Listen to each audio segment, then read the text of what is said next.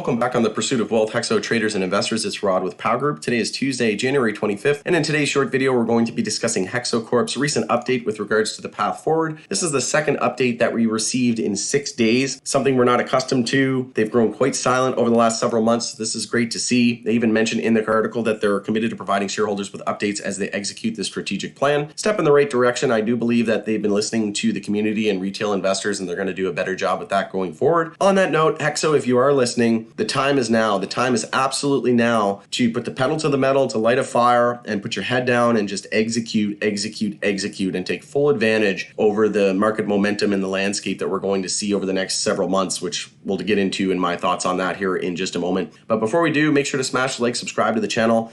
Quick heads up, I tested positive for COVID yesterday. I got back from Miami and I'm in Orlando now, but I am isolating. Thankfully, my parents didn't catch it. They've been testing negative, so we're continuing to monitoring the situation. But obviously, I'm probably not going to be able to go back to Canada this weekend. We'll continue to monitor the situation. I'll give everybody an update as time goes on. But I appreciate the support. And like I said, I'll do my best to get updates out as much as I can throughout this whole entire process. And I wanted to come on here, even though I'm feeling pretty mild symptoms, but I'm not feeling well at all. I wanted to come on here and give you guys my thoughts and an update here with regards to this Hexo article. So jumping right into it, Redecan announces, again, I'll summarize this. I know a lot of people listening to my voice have probably already read this once or twice. So I'll summarize this as best as I can, as quickly as I can.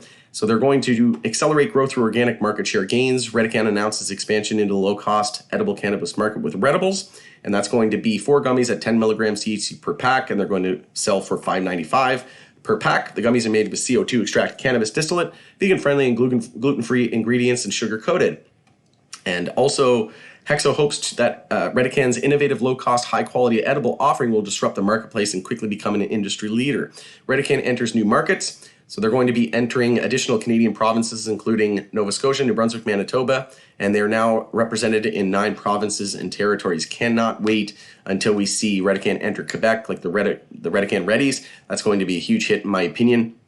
Hexo expands latitude and brand with products ranging from sexual wellness and beauty and beyond. So they launched additional innovative wellness products, including transdermal cream and CBD forward body lotion. Also, Hexo's commitment to latitude highlights the company's focus on innovation and understanding of the sophisticated maturing cannabis customer. Additional product launches as well. So Hexo launched new products, including Original Stash Vape, Super Sour Diesel, OS1 Durban Poison, garlic jelly, pre-rolls, and dried flower, and Up Cannabis 3.5 gram bags of Ultra Sour, Lemon Z, and Gelato 29. They also provided a market share update. So they remain focused on the mission to become the leading Canadian licensed producer. To achieve this goal, the company maintains its position as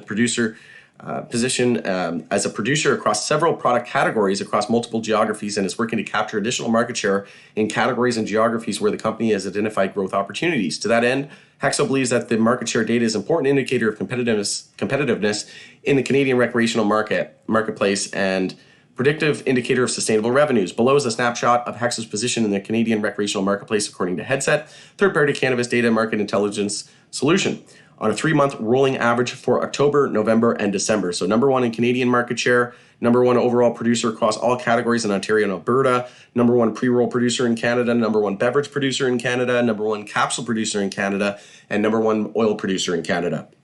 So that sums up the article. Again, you can read that in your own time if you want to read the entirety of that article.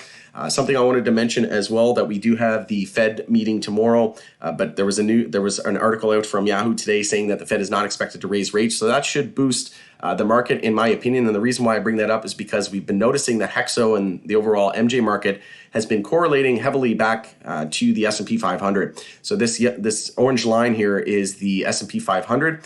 And you can see here that we've just been respecting that and correlating to that very significantly over the last several weeks. And you can see here that we even topped out right around the same time and started hourly consolidation. We've still yet to change the hourly trend to be confident the bottom is set, and same goes for SPY. So we're still watching the S&P 500 for an hourly trend change as well. Not really much to see here in terms of the technicals. We know that we need to change daily and weekly and monthly trends before we see any major reversal in the sector. So we'll start with daily. We'll start with the hourly trend, and then we'll start with the daily chart, and then the weekly, and then the monthly. But one thing that I want to highlight, the MACD is still bullish, and you can see here the black line is above the red line. The the last time that happened, the last time we had a weekly MACD bull cross was 2 years ago. And look how long it took for the price to rebound after that. It took at least it was about 6 months before we saw a real turnaround in the stock price. So we had this bull cross occur here back in October and November.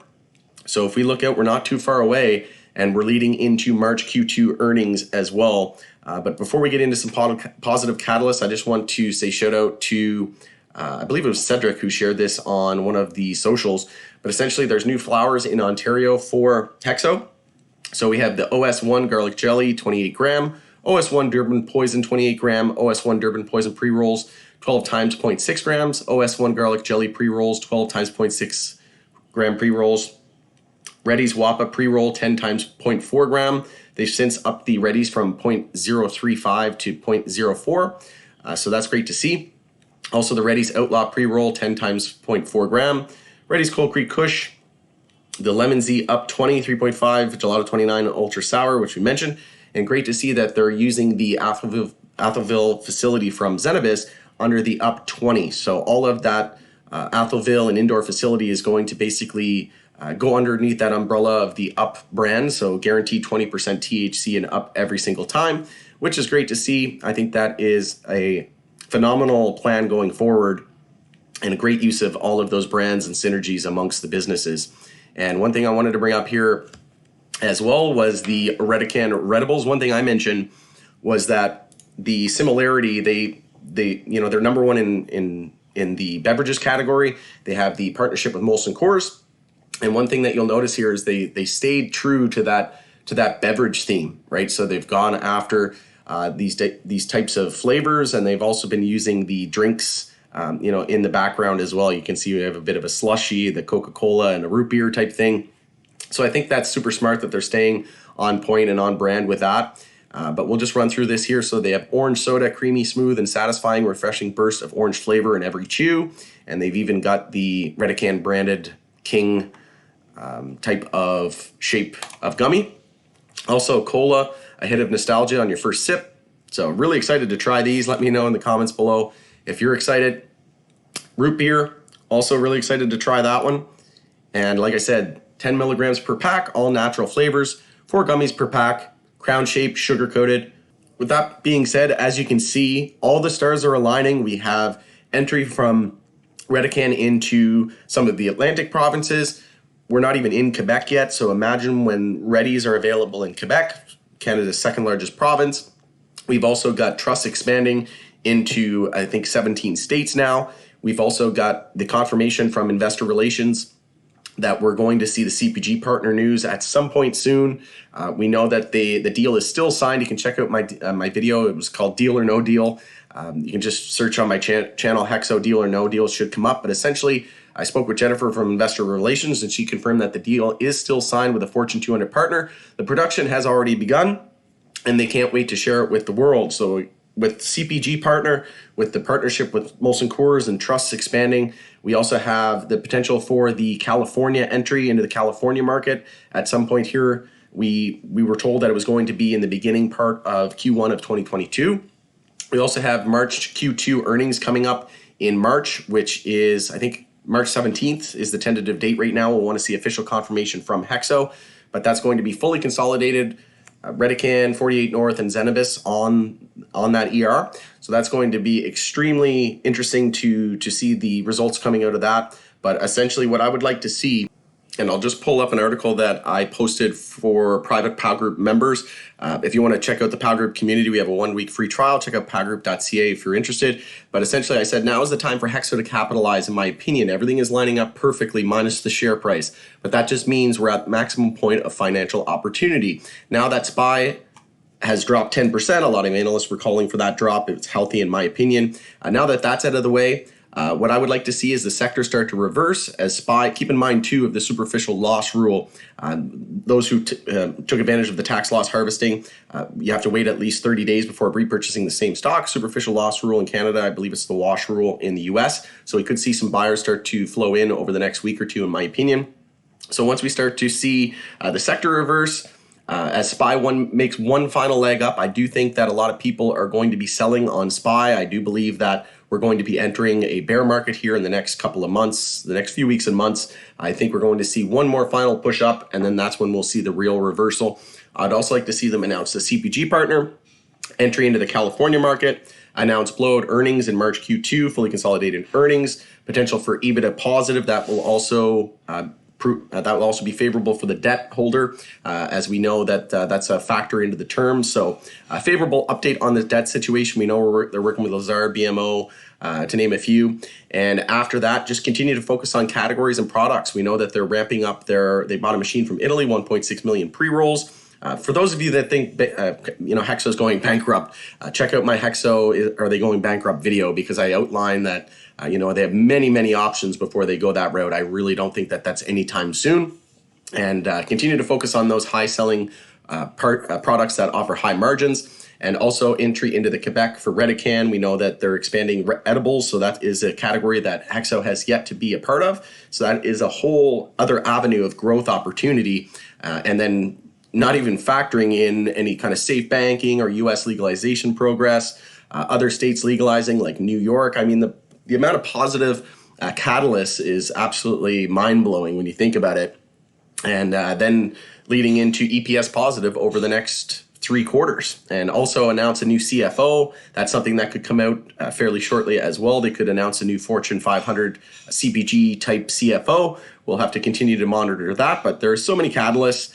And it's even hard to imagine that we went back, if we just go back to the Hexo chart here, can you believe that we went all the way up to $33 just leading into the Canadian legalization, right? What's going to happen when the US legalizes? We didn't even have any products really on the market back then. It was just all leading into that hype and euphoria. We didn't even have any products, and when Hexo did come out with products, they were terrible. I'll be the first to admit I didn't buy any other products before. Now I only buy Hexo products, not because I'm a Hexo investor or anything, but it's genuinely the products that I love the most, and I will continue to buy probably for the rest of my life. So if you just think about like what happened just on the run up into Canadian legalization, we didn't even have any products. We didn't even have the Truss, Molson Coors. We didn't have any products out for that yet. I don't even think we had the news yet that they were partnering. And now we have a new potential Fortune 500 company with production already started and pretty much ready to go. We're going to have another entry into the United States, potentially the California market. We've got Malta legalizing. We know that Zenabis has the facility there in Malta, and access to the EU GMP, and Germany set to legalize, and all of the other international markets, Thailand also set to legalize. So there's so many potential catalysts on the horizon, none of which we had back in the run up to $33, not even 5% of what we've got going on now. We've got Redecan under our belt. We've got #1 market share. The list goes on and on and on. And for those people that say that, there's absolutely no reason to be bullish on Hexo, send them this video, because I could literally make a list, and maybe I'll work on making a list of about 12 bullet points. Easily could probably come up with 12 bullet points on positive catalysts. And like I said, that's not even factoring in any sector-wide momentum if we were to get any favorable safe banking or legislative movement in the US. So also something that has been brought up many times is the potential for CBD in the treatment of C19. And there was an article out here from Global News today actually saying that clinical trials are still needed and researchers are warning, but essentially CBD can potentially prevent and fight C19. If you can think of any other positive catalysts, I'm excited for the future. Let me know if you're excited for the future. Thanks again for joining us on The Pursuit of Wealth. Again, just nursing through this COVID and having mild symptoms, and I'll do my best to get another video out soon. So thank you very much for tuning into today's video, and we'll see you on the next one.